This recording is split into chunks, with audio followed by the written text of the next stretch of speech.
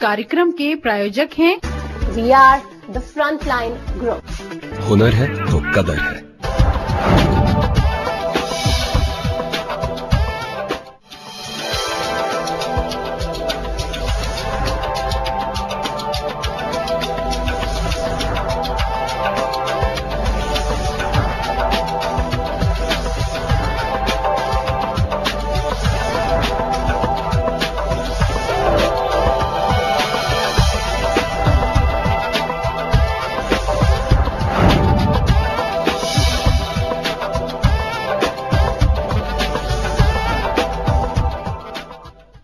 नमस्कार दोस्तों, मैं हूं रीना। स्वागत करती हूं आपके पसंदीदा कार्यक्रम में जिसका नाम है बातें करियर की।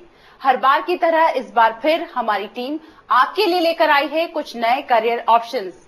इन ऑप्शन से जुड़ी तमाम जानकारियां हमारे एक्सपर्ट्स आपको बताते हैं और मदद करते हैं सही करियर का चुनाव करने में। तो देर किस बात की, आइए देखते हैं ये एपिसोड। सबसे पहले देखते हैं हाइलाइट्स। देखेंगे कंस्ट्रक्शन के क्षेत्र में उपलब्ध रोजगार, जानेंगे देश में स्किल डेवलपमेंट का महत्व, मिलेंगे करियर काउंसलर से, देखेंगे एम्प्लॉयमेंट न्यूज। इस बार हमारे सेगमेंट करियर मंत्रा में हम आपके लिए लेकर आए हैं कंस्ट्रक्शन के क्षेत्र में उपलब्ध रोजगार के अवसर। इस सेगमेंट के द्वारा आप जान पाएंगे इंडस्ट्री ग्रोथ और एक्सपर्ट एडवाइसेस। चलिए देखते हैं ये सेगमेंट।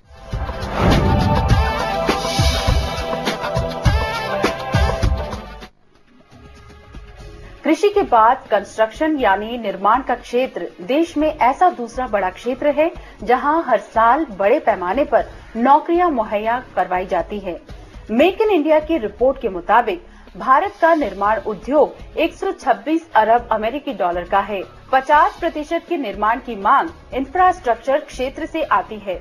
एक अनुमान के मुताबिक भारतीय रियल एस्टेट का बाजार सन 2013 में तकरीबन 78.5 अरब अमेरिकी डॉलर का था, जो कि सन 2017 तक 140 अरब डॉलर पहुंच सकता है। कंस्ट्रक्शन पहले जो होता था बहुत टाइम टेकिंग प्रोसेस होता था। अब टाइम का जैसे शॉर्टेज होता जा रहा है, people are getting fast, delivery time से चाहिए, जल्दी चाहिए, and so many things are there involve there. तो कंस्ट्रक्शन टेक्नोलॉजी इवॉल्व हो रही है इंडिया में, wherein a lot of companies are working on it, NBCC and all other companies are working, and we are importing a lot of technologies. पहले हम जो रोड़ी कंकड़ से बनाते थे, बिल्डिंग बनाते थे, now we use prefab. पहले एक्सेप्टेंस नहीं हो रही थी प्रीफैब की, लेकिन अब तो काफी buildings are being done on prefab basis. इस सेक्टर को काम करने वाले नौजवानों की जरूरत हमेशा रहती है। निर्माण का ये क्षेत्र में कई प्रकार के स्किल्स यानी कौशल की जरूरत पड़ती है, यानी मेसन, प्लम्बर, इलेक्ट्रिशियन जैसे लोगों की मांग हमेशा रहती है।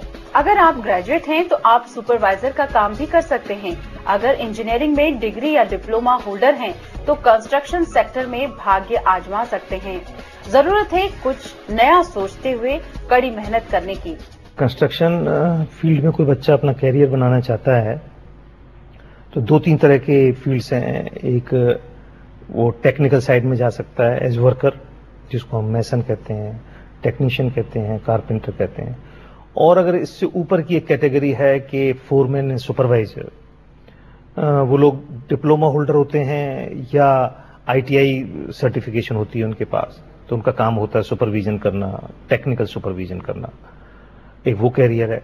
और एक जो बिल्कुल इलीट कहें अगर इसमें ट्रेड है तो वो है इंजीनियर बनना, सिविल इंजीनियरिंग कंस्ट्रक्शन सेक्टर में, जिसको हम सिविल इंजीनियर कहते हैं। और ट्रेडिशनली अगर कहें हिस्टोरिकली हिंदुस्तान में सबसे पहले इंजीनियरिंग अगर थी तो सिविल इंजीनियरिंग सबसे ऊपर थी, मैकेनिकल और इलेक्ट्रिकल इंजीनियर, आज से 25 साल पहले।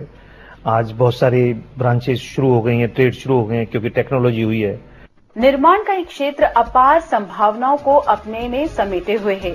मेक इन इंडिया की रिपोर्ट के मुताबिक सन 2001 तक भारत की शहरी आबादी तकरीबन 268 मिलियन थी, जो कि 2011 में 32% वृद्धि के साथ 377 लाख बढ़ चुकी है। ऐसी उम्मीद है सन 2030 तक शहरी आबादी 590 मिलियन पहुंच सकती है। यानी बढ़ते शहरी विकास के साथ निर्माण क्षेत्र भी तेजी से बढ़ रहा है। सिविल इंजीनियर्स की मांग दोबारा आई है। बिल्कुल ठीक है कि पिछले 10-15 साल से सिविल इंजीनियर्स की मांग बहुत ज्यादा हो गई है। खाली कंस्ट्रक्शन, सरकारी कंस्ट्रक्शन नहीं है, बिल्डर्स की कंस्ट्रक्शन बहुत शुरू हो गई है। पहले मकान सिर्फ डेवलपमेंट अथॉरिटीज और हाउसिंग बोर्ड बनाते थे, लेकिन 20-25 साल से आप देखते हैं कि उनसे ज्यादा मकान डेवलपर बनाने लगे हैं, तो सबको सिविल इंजीनियर्स की जरूरत पड़ गई है। कंस्ट्रक्शन में क्या कर सकता है, तो वो है सिविल इंजीनियरिंग, ग्रेजुएशन करना, बैचलर ऑफ इंजीनियरिंग करना। पूरे हिंदुस्तान में अब सैकड़ों हजारों की तादाद में इंस्टीट्यूट खुल गए हैं। निर्माण के क्षेत्र में ऐसे तमाम अवसर हैं जहां करियर बनाया जा सकता है।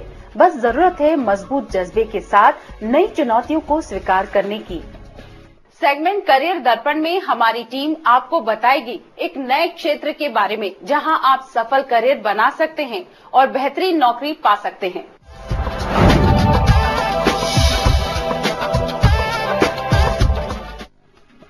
देश की जनसंख्या का एक बड़ा तबका युवाओं का है। यूनाइटेड नेशंस की हालिया रिपोर्ट के मुताबिक भारत 10 से 24 साल की उम्र के साथ पूरे विश्व में अव्वल 356 मिलियन युवाओं का देश है। 269 मिलियन की संख्या के साथ चीन दूसरे नंबर पर है। वहीं 67 मिलियन युवा इंडोनेशिया में हैं। अमेरिका में ये आबादी 65 मिलियन है और पाकिस्तान में 59 मिलियन आबादी 10 से 24 साल वाले युवाओं की है। भारत की वैसे आबादी बढ़ रही है, लेकिन भारत उतना ही यंगर भी बनता जा रहा है। इंडिया की average age will be 29 years in 2020. China will be 38, Japan will be 48, EU will be 45. So while the rest of the world is aging, India is becoming younger. युवाओं की बढ़ती आबादी के साथ जरूरी हो जाता है उनको हुनरमंद बनाना ताकि वो रोजगार परक हो जाएं। भारत में अभी तक यही देखा गया है कि लोग ग्रेजुएट तो बन जाते हैं, लेकिन उनके पास एम्प्लॉयबल स्किल नहीं होती और 75% of our graduates are unemployed or unemployable or underemployed because they do not have specific skills which the industry wants. ऐसे में हालिया दिनों में नेशनल स्किल डेवलपमेंट पॉलिसी 2009 में सरकार ने खासा बदलाव करते हुए उसे प्रधानमंत्री के मेक इन इंडिया कार्यक्रम के साथ जोड़ा गया है, जिससे युवाओं को हुनर मिले और उनमें खुद का काम करने का आत्मविश्वास मिले ताकि वो खुद के रोजगार के साथ दूसरों को भी रोजगार दे सके। ये बहुत अच्छा इनिशिएटिव है एनएसटीसी का, और इससे जो अभी आप देखेंगे भारत का भी जो विजन है, देश का विजन है कि make in India brand, clean India, digital India, तो उस हिसाब से आप देखेंगे तो ये इनिशिएटिव काफी सपोर्ट करेगा, क्योंकि भारत में अभी जो रिक्वायरमेंट है काफी स्केल पे, बड़े स्केल पे ये करना है। और क्योंकि एनएसटीसी एक सेंट्रल बॉडी है और वो सारे हमारे जैसे ट्रेनिंग पार्टनर्स को साथ में लेके ये कर रही है, तो कोई अकेले एक ट्रेनिंग पार्टनर से ये नहीं हो सकता था। स्किल मिनिस्ट्री के निर्माण के साथ 18 दूसरे सरकारी महकमों को युवाओं को स्किल करने की जिम्मेदारी दी गई है ताकि देश की युवा आबादी को अपना भविष्य निर्माण करने में मदद मिल सके। जो हमारे ट्रेनिंग पार्टनर्स हैं वो ऑल ओवर इंडिया में स्थित हैं इस समय, और वो लोग जो ट्रेनिंग कर रहे हैं वो उन लोगों के लिए कर रहे हैं जहाँ पे स्किल गैप है। स्किल गैप मतलब कि भाई जहाँ पे demand is more than the supply, यानी आप में हुनर है तो कड़ी मेहनत के साथ अपना भविष्य बना सकते हैं।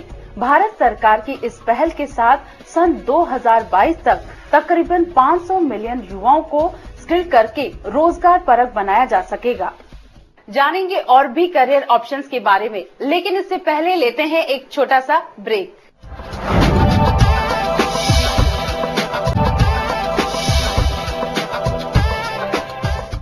इस बार करियर निर्माण में हम आपको अवगत करवाएंगे एक नए ऑप्शन से। इतना ही नहीं, आपको बताएंगे तमाम महत्वपूर्ण जानकारियां। तो आइए देखते हैं करियर निर्माण।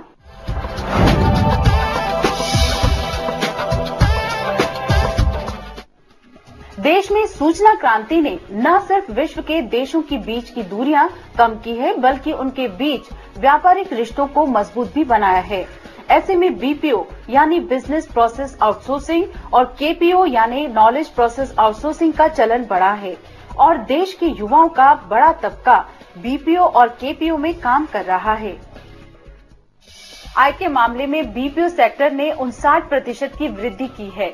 50% की दर से भारतीय बीपीओ की मांग बढ़ रही है। बीपीओ सेक्टर में जल्द ही 1.1 मिलियन भारतीयों को रोजगार मिलेगा। विश्व व्यापार का 56% हिस्सा भारतीय बीपीओ संभालते हैं। BPO is basically business process outsourcing. इसमें बेसिकली ये होता है, जैसे कोई भी कंपनी है लाइक अमेजन एक कंपनी है, उसकी जितने भी सपोर्ट प्रोवाइडर्स हैं, जो हम सपोर्ट प्रोवाइड कर रहे हैं अमेजन को, वो हम लोग डिफरेंट कंपनीज को बांट देते हैं। मतलब क्योंकि हमारे पास इतना ज़्यादा वर्कलोड होता है कि एक सिंगल कंपनी बेसिकली नहीं हैंडल कर पाती है, तो हम लोग अपने काम को डिवाइड कर देते हैं डिफरेंट ग्रुप में। तो वो जो डिफरेंट कंपनीज के पास वो काम जाएगा, अब डिफरेंट कंपनीज में वो काम जो है कराया जाएगा। मतलब हम अपना काम जो है वो डिस्ट्रीब्यूट कर रहे हैं ओवरऑल। ये होता है हमारे BPO प्रोसेस में। ज्यादातर BPOs और KPOs में काम करने के लिए अंग्रेजी का अच्छा होना महत्वपूर्ण होता है। इसके साथ ही ग्रेजुएशन की डिग्री भी होनी चाहिए। BPO में काम कर रहे युवाओं को दूसरे देशों में रह रहे लोगों के साथ फोन और इंटरनेट के जरिए संपर्क में रहना पड़ता है और कंपनी द्वारा दी जा रही सुविधाओं की जानकारी ग्राहकों तक पहुंचाना पड़ता है। इंडिया के जो लोगों का जो इंग्लिश बोलने का जो एक्सेंट है, वो काफी बाहर के लोग बेसिकली खास तौर से US के लोगों के इंग्लिश बोलने से बहुत करीब है। सो उनसे बहुत मिलता है वो।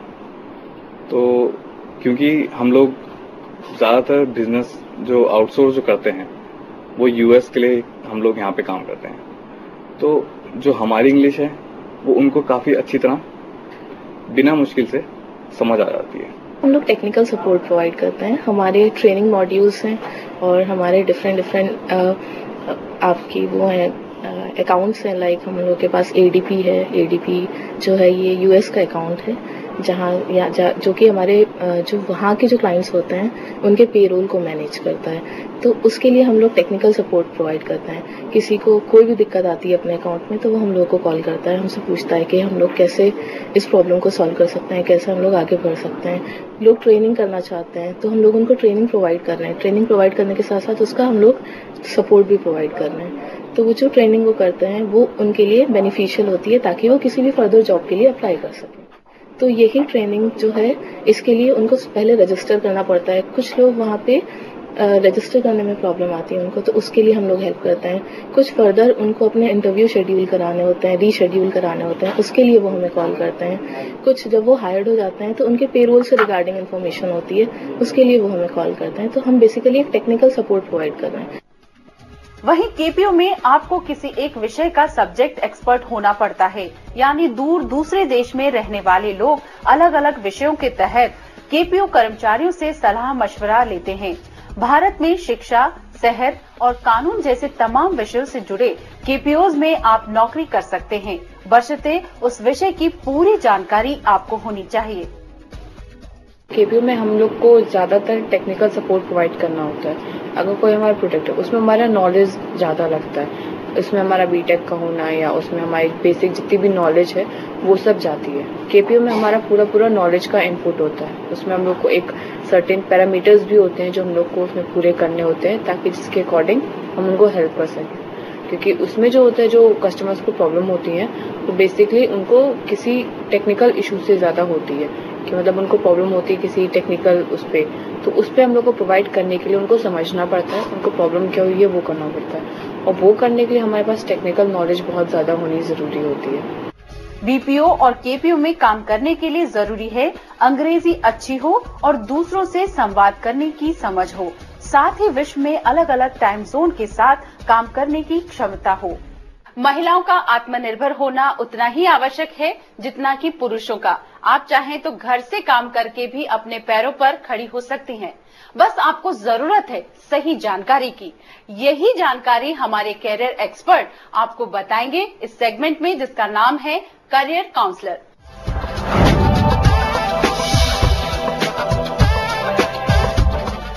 आज महिलाओं की एक नई छवि उभर के सामने आई है, वो है महिला उद्यमी।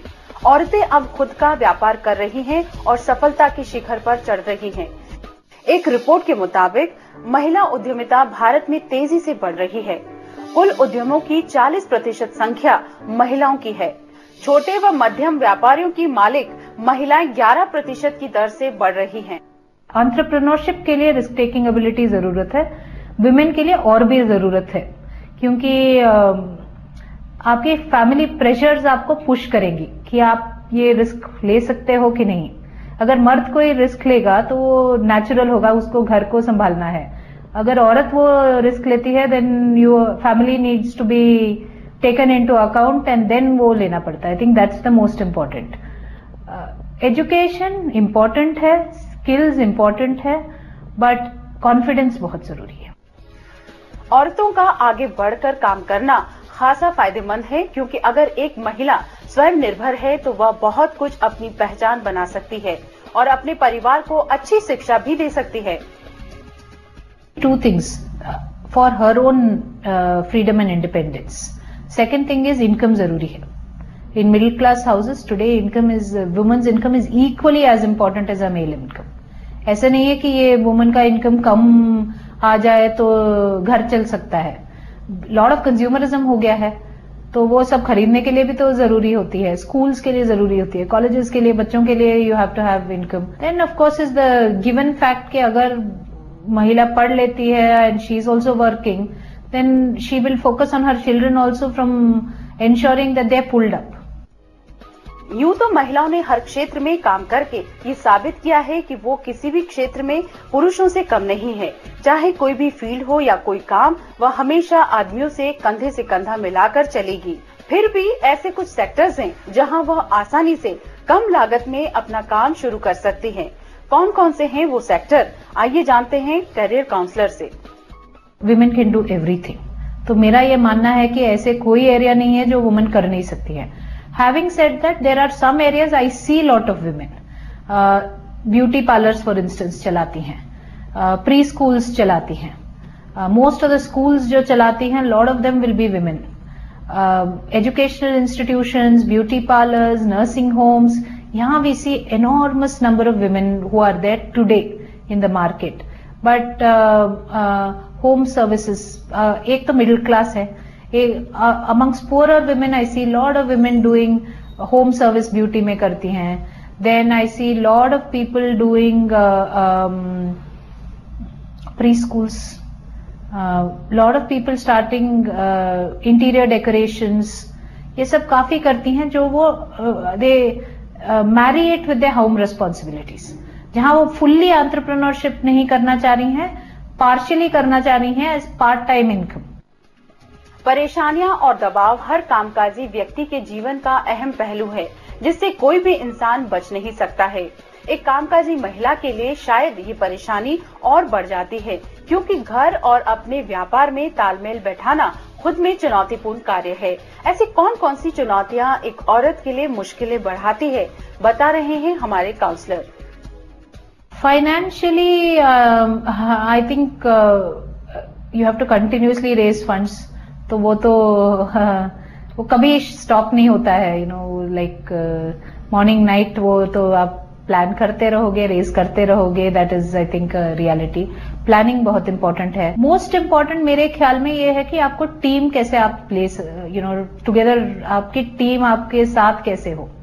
एज कंपनी बढ़ेगी तो ये जरूरी नहीं है कि आपके टीम मेंबर्स आपके जैसे हो, आपकी स्किल सेट्स को उनको कॉम्प्लीमेंट करना है। Socially, I think for a woman the most difficult thing is work-life balance. तो वो integration जो होती है वो you have to figure out how you will do that integration. क्योंकि कोई मर्द को नहीं पूछता है कि आपने बच्चों को सुलाया, खाना खिलाया, पढ़ाया, ये जिम्मेदारी आपकी पड़ती है। महिलाओं को परिवार की धुरी कहा जाता है। ऐसे में अगर आप अपना काम शुरू करती हैं, तो न सिर्फ आप अपने परिवार की मदद करेंगी, बल्कि आपके काम से जुड़े अन्य परिवारों को भी मदद मिलेगी। आइए लेते हैं एक छोटा सा break.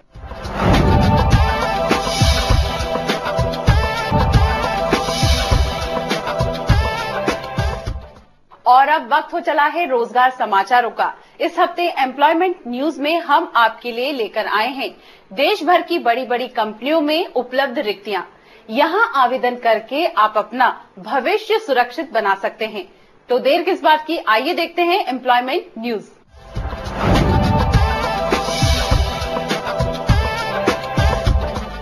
National thermal power corporation यानी NTPC इंजीनियरिंग एग्जीक्यूटिव ट्रेनी के पद के लिए आवेदन स्वीकार करता है। आवेदक के पास संबंधित सब्जेक्ट में बैचलर्स की डिग्री होना अनिवार्य है।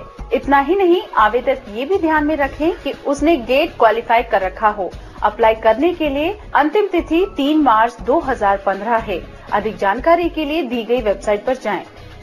दयालबाग एजुकेशन इंस्टीट्यूट विभिन्न पदों के लिए आवेदन स्वीकार करता है। असिस्टेंट प्रोफेसर, एसोसिएट प्रोफेसर जैसे पदों के लिए आवेदन करने हेतु आपके पास सही योग्यता होना आवश्यक है। अधिक जानकारी या ऑनलाइन अप्लाई करने के लिए 2 मार्च 2015 से पहले वेबसाइट पर जाएं। Tamil Nadu public service commission TNPSC में असिस्टेंट एग्रीकल्चरल ऑफिसर के पद के लिए वैकेंसीज हैं। अगर आपके पास एग्रीकल्चर में डिग्री या डिप्लोमा है तो आप 28 फरवरी 2015 से पहले अप्लाई करें। अधिक जानकारी के लिए दी गई वेबसाइट पर जाएं। Tripura public service commission statistical officer, scientific officer जैसे पदों के लिए आवेदन आमंत्रित करता है। आवेदक के पास पद अनुसार योग्यता होना जरूरी है। अप्लाई करने के लिए दी गई वेबसाइट पर जाएं। इस रिक्ति के लिए अंतिम तिथि 28 फरवरी 2015 है। टाटा मेमोरियल हॉस्पिटल विभिन्न वैकेंसीज के लिए आवेदन स्वीकार करता है। असिस्टेंट प्रोफेसर व अन्य पदों के लिए आवेदन करने के लिए अंतिम तिथि 27 फरवरी 2015 है। अधिक जानकारी के लिए दी गई वेबसाइट पर जाएं। दोस्तों, हर हफ्ते आपके ईमेल्स का हमें बेसब्री से रहता है इंतजार, इसलिए हमें ईमेल्स करते रहिए। हमारा ईमेल एड्रेस है bckdnews@gmail.com। आप हमें हमारे फेसबुक पेज पर भी फॉलो कर सकते हैं। एपिसोड को दोबारा देखने के लिए आप हमारे YouTube पेज पर भी जाकर सब्सक्राइब कर सकते हैं। आज के कार्यक्रम में बस इतना ही। अगले हफ्ते फिर होगी मुलाकात नए करियर ऑप्शंस के साथ। तब तक के लिए हमें दीजिए इजाजत। नमस्कार। इस कार्यक्रम के प्रायोजक थे हुनर है तो कदर है। We are the Frontline Group.